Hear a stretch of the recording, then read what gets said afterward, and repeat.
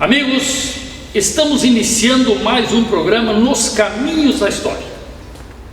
Hoje nós vamos conversar com um dos baluartes do movimento tradicionalista gaúcho, Rodi Pedro Borghetti, um homem que nasceu lá no interior e que veio para Porto Alegre e ajudou a consolidação do movimento tradicionalista gaúcho na sua fase de organização. Não saia daí, nós voltamos logo logo.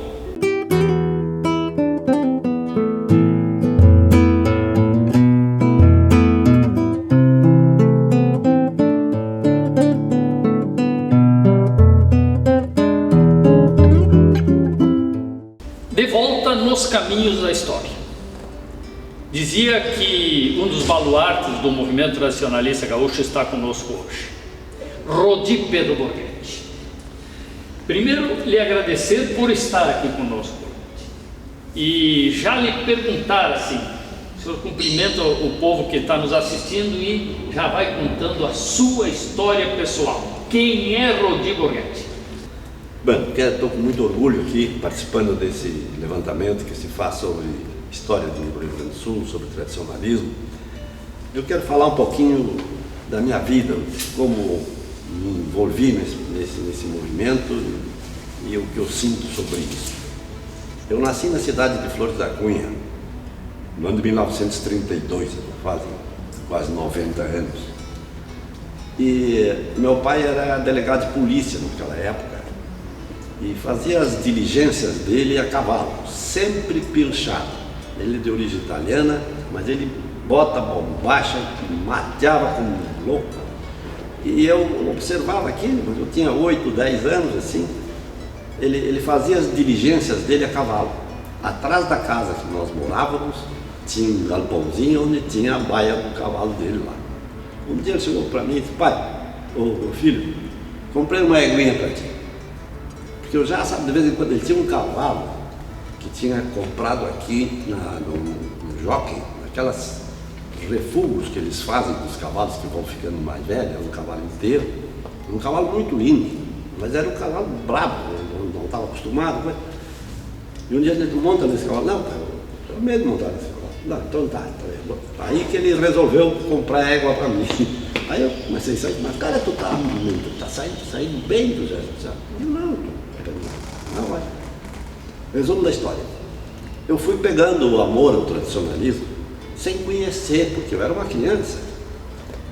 Terminou o curso primário em Flores da Cunha, eu fui para o ginásio do Carmo em Caxias para fazer na época o curso ginasial. Lá mesmo eu, inclusive, fui goleiro do Juventude lá em Caxias quando tinha 17 para 18 anos. E sempre gostei de ficar envolvido assim em coisa, mas não me saía da cabeça o tradicionalismo. Veja uma coincidência. Em 1949, eu entrei no Colégio Júlio de Castilhos. 49, um ano depois da criação do CTG 35. Mas eu era um coloninho, viu, que vim de lá de fora. Eu via aquele movimento, mas achava que eu não tinha condições de chegar, mas ficava logo, qualquer coisa que eles faziam, eu ia olhar, não me manifestava. Fiz amizades fantásticas lá, o Flávio Ramos, o próprio Paixão, o Lessa. Mas amizades assim eu não entrava no negócio, eu achava, não, eles nem vão me deixar entrar nesse negócio aí, porque eu achava que não tinha condições, realmente a minha experiência sobre o assunto era mínima, né? A coisa foi passando e tal. 2, 3 anos que eu estava aqui em Porto Alegre, o pai veio para Porto Alegre: vamos visitar o CTG 35. E o CTG? O Centro de Tradições Gaúchas, tu vai gostar. Era ali onde está o Parcão hoje, ali naquela lombada ali. Chegamos lá, eu me encantei com aquilo. Pá, aquilo gauchada, churrasqueando, conversando. O pai disse: olha aqui, ó. Eu também não conhecia, o pai não conhecia, mas como tu está demonstrando que gosta, eu te trouxe aqui para tu ver esse negócio aí. Tá bem, aquilo ficou e o tempo foi passando. Na década de 70, o 35 saiu de lá e veio ali perto da Zero Hora, na Rua Arlindo, tinha um galpão ali, onde como é aquele músico nosso, maravilhoso aí, Lupicínio Rodrigues morava ali e ele frequentava o galpão do 35.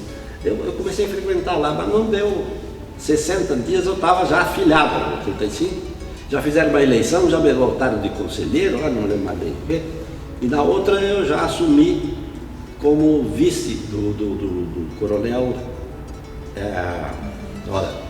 Hugo da Cunha Alves. Eu fui vice dele, ele adoeceu e eu assumi. Aí, mas assim, voltava. E a prefeitura começou a pedir o terreno onde nós estávamos localizados. Eu cheguei lá, falei com o PJ, nós não temos condições de sair dali, então andamos com a carga na garupa aí há muito tempo, não temos sede própria, não temos nada. Tá. Bom, resumo da história. Consegui levar o 35 ali para a Travessa do Carmo, que era deve estar lá ainda hoje. Era o negócio municipal de Porto Alegre, não sei se vocês lembram, conhecem. Ali eles faziam, era um português lá que era isso é muito bom. Mas nos instalamos lá, ficamos acho que uns 6 meses ou mais. E resolvemos, eu procurando agora uma forma de, olha, provisoriamente que vai ficar aí. Conheci o Vitor Facione, através do Glauco Saraiva. O Glauco foi da época do que era governador, o Euclides Triquez. Coincidia que eu e o Euclides Triquez era de Caxias e tinha parentes em Flores da Cunha. Eu conhecia o meu pai e meu tio, que era prefeito. Nós mandávamos no Flores da Cunha, o prefeito, meu tio e o delegado, meu pai. Mas aí ele falou, tu é filho do Aparício? Eu tinha falado pro Glauco, porque o Glauco era um cara muito inteligente, viu? Poeta de mão cheia, um cara que tem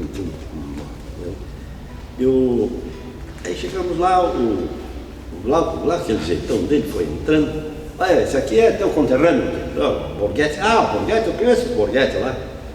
Mas ele conhecia os mais velhos, né? E o que tu é do Horácio? E do Horácio eu sou sobrinho, meu tio. E do Aparício? Aparício é meu pai. Mas aquele Gaudério, não parece um gringo.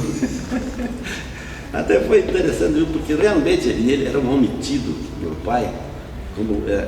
Sabe que delegado de polícia tem que ter tato, né? Ele tinha uma facilidade de fazer acordos entre as partes que eu ficava encantado com ele, né? Mas também é o seguinte, se não fizesse o que ele queria, ele virava bicho. Era tido como um homem muito corajoso e realmente tinha uma pontaria fantástica de atirar. Ela tinha 2 cachorros, um que se chamava Maroto e outro Jagunço. Um deles, incrível que pareça, no meu chapéu, ele chamava o cachorro, Jagunço, salta. O cachorro saltava aqui, tirava o chapéu e caía lá com o chapéu na boca. E ele fazia isso para os caras não acreditavam. Mas o que é? Não. Isso é um cachorrão, Jagunço, tira o chapéu desse homem. O cachorro olhava, né? Vinha correndo e pá. Passagens, só para ilustrar. Mas, chegando aqui, eu estava já no 35, já cheguei, já estava falando. Como patrão, fui procurar o governador para ver se ele nos dava um jeito para conseguir um terreno para nós. E procura daqui, procura dali. Quem procurou muito isso foi o Glauco Saraiva, o Vitor Facione, que está vivo ainda. E eu, modéstia à parte, na frente, porque eu era patrão do 35 na época e estava muito interessado no assunto, porque tinha que arrumar um lugar para a gente ficar. Bueno, vamos daqui, vamos dali, não achamos nada. Aí um dia eu estava passando ali na avenida, aquela avenida onde está o 35 hoje, a Avenida Ipiranga. Aquilo não estava nem asfaltado ainda. Era um terreno, só tinha um laboratório, aquele bem do lado ali. Mas quando nós saímos de lá, o governador chamou o encarregado de propriedades do Estado. Era um catatado assim. Leve isso aqui, escolha. Aí lá mesmo nós começamos a procurar e vimos que tinha um espaço grande ali, dentro da cidade, mesmo naquela época. Resumo da história. Fomos lá, olhamos, é isso aqui. Escolhemos o terreno ali. Que ano foi isso? 1950... Não, 70. 70, no início de 72, 73. Início dos anos 70. No início, porque depois, não, mas já era mais, não era bem no início, meados do ano 70. Até lá a gente conseguiu o terreno e começamos a obra. Eu fiquei no 35 com o patrão por 8 gestões. 3 numa pegada e 5 na outra. Até conseguir o terreno e construir toda a obra que está lá até hoje. Foi reformada agora, por sinal está dirigida por mulheres. Então fizeram um lançamento belíssimo na semana passada sobre os 70 anos da inclusão das mulheres no tradicionalismo gaúcho. Muito bonito. Mas falando nisso, depois nós vamos retomar a história do 35. As mulheres do 35 entraram lá atrás. E a Dona Alda, como é que o senhor conheceu? De onde é que é a Dona Alda? A Dona Alda é de Novo Hamburgo, de origem alemã. Eu sou de origem italiana e deu umas cria boas. Tenho 2 filhos, o Marcos e o Renato. Já tenho 6 netos, uma bisneta e a segunda bisneta já vai chegar. Olha, uma alegria. É uma abençoada. É isso aí. Mas a Alda... Ela, quando o senhor foi para o 35, a Alda já estava lhe acompanhando? Já tinha casado? Estava namorando? Não, ela já estava casada. Eu casei em 1960. Casou em 60? 60. Casou aqui em Porto Alegre? Aqui em Porto Alegre. Depois de se formar? Eu me formei em 61, eu era aluno ainda da Faculdade de Direito. Da Faculdade de Direito? Faculdade de Direito. Se casou como aluno? Casei como aluno, no último ano. No último ano. E em 61 já nasceu o Marcos. E em 63 já nasceu o Renato. Nós morávamos num apartamentinho. Ou seja, quando o senhor foi pro 35, já tinha os 2 filhos? Já tinha 2 filhos. Que foram juntos? Tinha um. Não, acho que já tinha 2. Porque são 2 anos de diferença. O Marcos eu tenho certeza. Mas eu não estava ainda, eu acho, na patronagem. Porque foi no ano seguinte que se começou a parte forte mesmo deles. O Renato se criou dentro do 35. O senhor veio para Porto Alegre para estudar e nunca mais saiu? Nunca mais saí daqui, até hoje. Trabalhou aí, advogando? Advogando, tinha uma imobiliária. Atualmente o senhor está fora de Porto Alegre? Ou está aqui, aqui? Eu estou aqui, moro aqui e tenho uma fazendinha na Barra do Ribeiro. Vai para lá de vez em quando? Ali que eu vou todas as quartas-feiras. Quartas-feiras. Vai e fica ou vai e volta? Eu vou, às vezes fico e às vezes volto. Está dirigindo ainda? Sim. Está dirigindo. A sua data de nascimento, é no mês de junho. 28 de junho. 28 de junho, o dia que nós estamos gravando esta conversa. 28 de junho. Hoje, de 87 anos. 87 anos. Muito bem. Muito orgulho. Nós vamos fazer um pequeno intervalo. Nós estamos conversando aqui com Rodi Pedro Borghetti, que nos contou um pouco da história pessoal dele, que saiu lá de Flores da Cunha, filho de um velho delegado de polícia, e como é que ele entrou no 35 e já disse aqui que foi patrão do 35 por 8 oportunidades, 8 gestões. Ou seja, que tem 2 filhos. Um deles é o famoso Borghetinho, Renato Borghetti, um gaiteiro de gaita ponto muito conhecido, né? Mas ele que é seu filho, não é o senhor que é pai dele, né? Agora ele é o Borghetinho e eu sou o Borghetão. Borghetão, isso.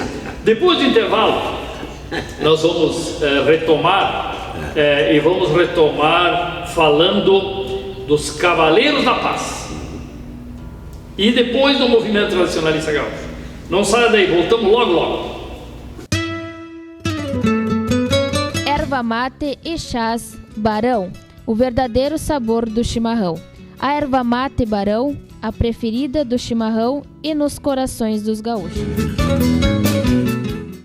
Estamos de volta nos caminhos da história, conversando hoje com Rodi Pedro Borghetti, o homem que nasceu em Flores da Cunha, na Serra Gaúcha, que se mudou para Porto Alegre, aqui conheceu sua esposa, casou, teve 2 filhos, tem netos, bisnetos, está aguardando a segunda bisneta, e que teve uma trajetória muito interessante no 35 CTG, foi patrão várias vezes, foi um dos principais responsáveis pela atual localização do 35, da sua sede, construiu aquela sede como na época que era patrão. A partir de agora, Borghetti, nós queremos que o senhor nos conte um pouco dos Cavaleiros da Paz. Como é que surgiu e o que é isso? Os Cavaleiros da Paz é um grupo internacional. Nós temos feito, o sentido foi realmente o grande ideólogo de tudo isso. Não sou eu, não, foi o Antônio Augusto Fagundes, o Nico Fagundes. Nós éramos diretores do Instituto Gaúcho de Tradição e Folclore na época. Um dia o Nico chegou lá onde ele mora, Alegrete, ele é filho de lá. Ele entrou no gabinete lá, uma segunda-feira, disse: Borghetti, chega aqui que eu preciso falar contigo. Eu cheguei, o que quer? Eu quero fazer uma cavalgada para o Paraguai, agora nós vamos sair daqui. O Nico, meados de maio, eu não esqueço. Para quando isso? Tem que sair dentro de 15 dias. Quantos quilômetros tem? 700 quilômetros. 700 quilômetros. Naquela época, fazer uma cavalgada de 700 quilômetros, não era militar, não era nada, não existia isso. Tem que sair no 1º de junho. Vai ser, nós vamos morrer na estrada, cavalo, um frio desgraçado, fazer 700 quilômetros. Porque essas cavalgadas a gente não tem paradeiro, a gente quando parou, nós fazíamos 40, 50 quilômetros por dia, tocadinho. E eu digo, não. Daí a pouco voltei e digo, é uma loucura, mas eu topo. Então senta aí. Quem é que tu sabe que anda a cavalo em Porto Alegre? Não podemos ir com meia dúzia de gato pingado. Não, eu conheço um mecânico lá, que ele é lá de... E começamos a juntar, juntamos 18. Em poucos dias. Aí foi aquela correria para fazer e tal. Bom, resumo da história. Conseguimos fazer. Ele tem a vantagem. O cara lá no Alegrete, sabia o nome dele, disse que nos bota o cavalo, quantos cavalos nós fizemos à disposição. Nós chegamos lá, tinha 20 cavalos. E 20 cavalos para 18 homens é muito pouco numa cavalgada dessa. Mas coincidentemente estava tendo um remate ali e nós compramos 5 cavalos. Juntamos e fomos e voltamos tranquilamente. Essa foi a primeira, para o Paraguai. 1º de junho de 1990. Faz quase 40 anos. A partir daí, eu tenho mais ou menos de memória. A segunda cavalgada nós fomos a La Plata, na Argentina. A terceira cavalgada foi a maior de todas elas. Nós saímos de Cidreira, aqui no Atlântico Sul, atravessamos de leste a oeste todo o Rio Grande do Sul, toda a Argentina, toda parte do Chile, subimos a Cordilheira dos Andes e fomos lá para a praia dele. Juntaram o Atlântico ao Pacífico. Saímos do Atlântico, nós levamos 60 dias a cavalo. Cavalgaram em outros continentes também? Sim, bom, vou te falar agora. A quarta cavalgada nós fomos à colônia de Sacramento do Uruguai. Bom, essas que eu estou falando agora, com cavalos daqui do Rio Grande do Sul, saídos do estado. Nós saímos uma vez de Alegrete, outra vez saímos da praia, outra vez nós saímos de diversas cidadezinhas aqui do interior que o pessoal se prontificava, mas sempre dentro do território do Rio Grande do Sul. Daí nós visitamos o Paraguai, a Argentina, depois fomos à colônia de Sacramento no Uruguai, que tem um relacionamento muito forte conosco, na própria história, né, que nós temos do nosso território. E depois nós fomos para... Quando chegou aquele cantor, um cantor maravilhoso aí, que fez um show em São Miguel das Missões, ele trabalhava... O italiano? Não, o espanhol. O italiano era o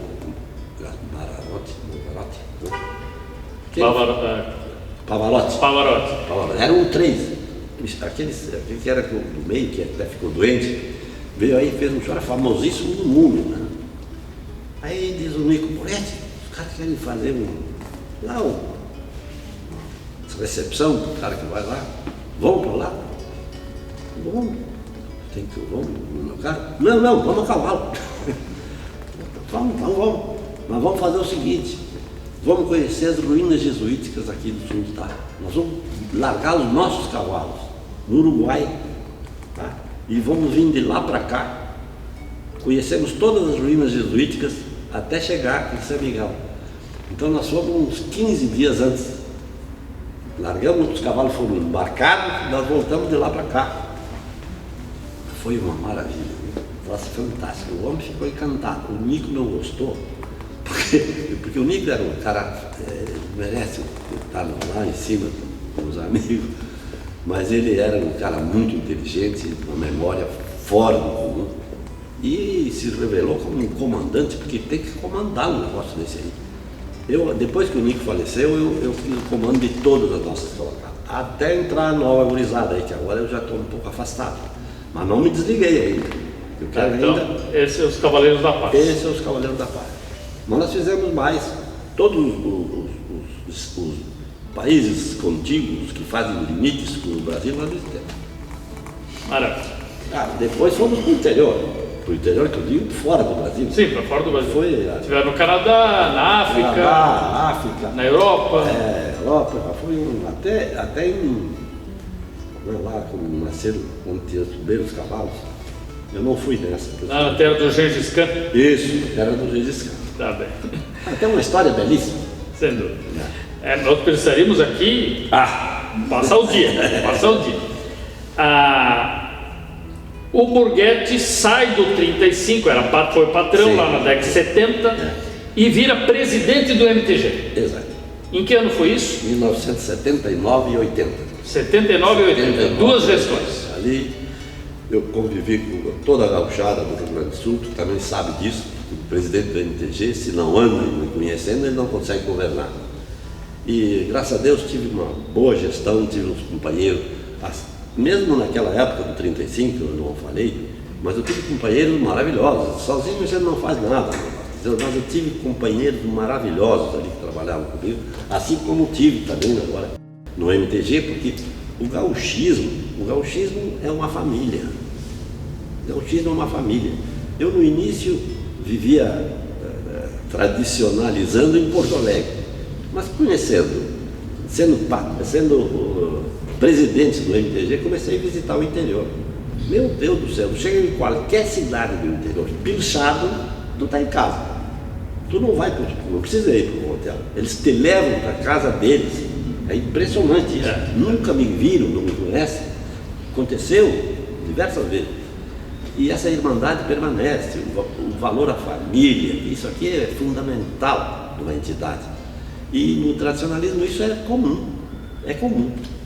Bom, dali Aí no MTG sim, surge a ideia da criação da fundação. Exato. Eu, vivendo a administração e o dia a dia do MTG, eu verifiquei que o MTG tinha dificuldade de angariar recursos para manter o MTG. Não é brincadeira. Hoje, inclusive, depois não podemos falar. Mas o Barbosa Lessa era o secretário da Cultura, quando eu era presidente do MTG. Eu fui aí, o Lessa, meu amigo do peito, outro cara, eu sou padrinho de casamento do Paixão, o segundo casamento dele, viu a minha ligação com ele. Mas o Lessa vivia lá em casa, eu tenho um cantinho lá no apartamento, que ele é de vidro, assim, que ele gostava de sentar lá e conversar. Não tomava mate, mas tu não toma mate, cara. Bom, mas quando o Lessa disse, por que tu não cria uma fundação? 35, ele já tem nome, tem lastro. Eu digo, olha, eu vou pensar nisso. Eu, como advogado já na época, digo, eu vou fazer uma minuta aqui para ver se sai. Eu fui lá, mostrei para ele, olha, tá ótimo isso aqui, cara. Não. Mas eu digo, eu sabia que o Ministério da Justiça, ele faz a vistoria, ele administra, não, ele fiscaliza as receitas e despesas, né, das fundações. Né? Eu fui lá, o cidadão me disse: Dona Guedes, eu sei, o senhor criou a fundação lá do MTG, né? Ele disse: mas eu vou lhe dar um palpite, não diga para ninguém, não crie uma fundação, crie um instituto. Esse mesmo texto que está aqui, o senhor adapta para um instituto. Foi o que eu fiz. Está hoje aí o Instituto Renato Borghetti de Cultura e Música que eu fiz. Mas no MTG não deu, porque já estava tudo encaminhado. A Fundação Cultural Gaúcha, um nome bonito, né? Tomei conta da Fundação Cultural Gaúcha, né? Não era lá, mas e tocou ali, nós criamos. E no início, passou muitos anos assim, com um lixinho que vendia lenço, pequenas coisinhas, livros. E quando entrou lá o Jair, irmão do Jarbas Lima, Jair Lima, aliás, todo presidente que chegava, eu chegava e abordava ele: escuta, cara, tu tem valor? Não, é que ninguém deu valor. Porque eu consegui fundar a fundação, criar a fundação em 1980 e saí em 1980. Terminou a minha gestão, eu fiz 79 e 80, terminou a minha gestão. Aí assumiu o Dionísio Araújo do Nascimento. Outro cara fantástico, né? Mas ele, comercialmente, ele era um homem muito espontâneo, inteligente, um gaúcho, mas a parte comercial dele era não, isso aí, deixa aí, não, eu vou melhorar, vou chamar aí o Lano, vem aí para fazer. Começamos a levar para os rodeios e tal, aquela foi. Depois foi diversos patrões que foram, viu? Quando entrou o Savariz, eu não fui preciso falar. Eu vi que a fundação começou, não é por estar aqui, eu senti que ela estava entrando nos objetivos realmente dela. Ele conseguiu comprar uma sede, que está lá até hoje, mobiliou a sede, está funcionando. Na época estava uma beleza aqui, dando recursos, porque a fundação do Instituto se ela trabalhasse bem só nos eventos do próprio MTG, porque ela foi criada para isso, teria uma série de coisas, além de rodeios, de indumentárias, teria uma série de coisas, até cinegrafia, livraria, podia, porque tá ali, está nos objetivos. Nos objetivos, mas não engrenava. O Savariz deu uma pegada muito boa, tanto é que quando eu deixei não tinha nada, não tinha sede, era junto com a MTG. Hoje tem uma sede própria, tem funcionários, está com uma administração dentro dos objetivos dela, mas agora é outro assunto, parece que está com dificuldade lá.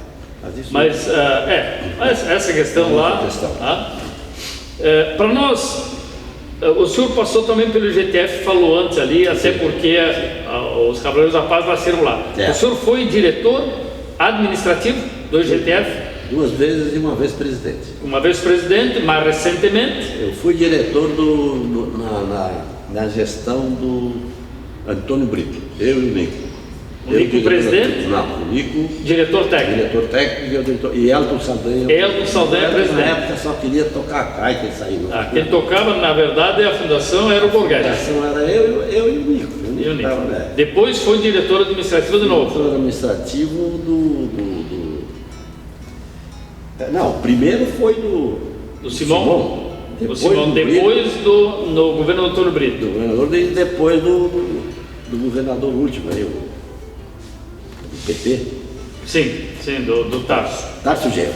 Tanto um detalhezinho só. Quando ele me telefonou, ele mesmo me telefonou: Borghetti, tu quer assumir a presidência do Instituto Gaúcho de Tradição Folclórica? Mas, governador, é comigo que o senhor quer falar? Não sabe, é meus filhos? Não, é contigo mesmo. E o senhor sabe que eu não sou do seu partido e não sou político, não tenho. Dizer, eu tenho tua ficha melhor do que tu quer ou não quer? E pelo que eu sei, tu estava em Portugal. Estava em Portugal. Aí me ligou. Lembra disso? Não lembro. Lembra? Me ligou. Eu estava consultando. Me ligou porque eu estava entregando a presidência do IVTF. Eu lhe entreguei a presidência do IVTF. Tive a honra de fazer isso. Mas aí de lá, então é o seguinte, eu vou desligar, eu vou te dar tudo, tem que ser apressado, porque eu estou botando pouca gente fora do meu partido desse. Mas tu procura o Assis Brasil, que é o secretário da Cultura. Cheguei lá, falei com o Assis Brasil, tá, não, tem que ficar, porque tu quer, tá, então vai subir. Foi, por aí. Mas está bem. O IGTF, infelizmente, é uma instituição que foi encerrada, lamentavelmente. Eu consegui, que tu sabe, Sei. criar a lei um organograma novo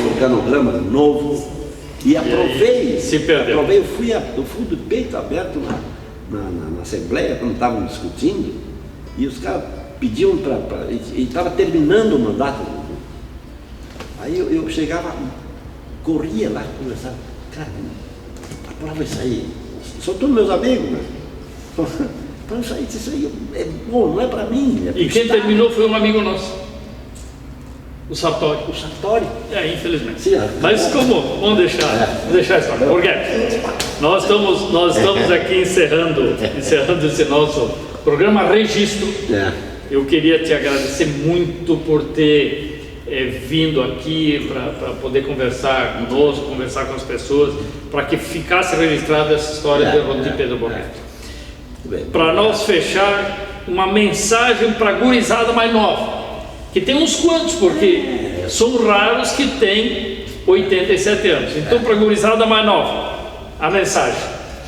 Olha, pessoal, eu tenho que... O pessoal me conhece, claramente, aí, mas às vezes me convidam para fazer uma participação, ou alguma palestra, tal. Eu falo, e a pergunta que quase todos me fazem: mas Borghetti, o tradicionalismo não está acabando, não está melhorando, não vai? Digo, joga o que tu quiser contigo, e só uma resposta eu sou. Se tu olhar o que tem de criança de tradicionalismo, tu vai em qualquer evento aí que eles já estão promovendo por si, tu vai te convencer que o MTG e o tradicionalismo gaúcho é perpétuo. Mata pau. A gente sente realmente essa gurizada, e eles são crianças de 5, 6, agora aquele evento que ocorre lá em Santa Cruz, o Enarte tinha, está meio ainda discutido, eles criaram um departamento para participarem, o Juvenil e o Mirim. Eu acho que foi uma boa coisa, porque tem que dar corda para essa gurizada. E eles se entusiasmam, eles brigam pelo tradicionalismo e nunca mais esquecem.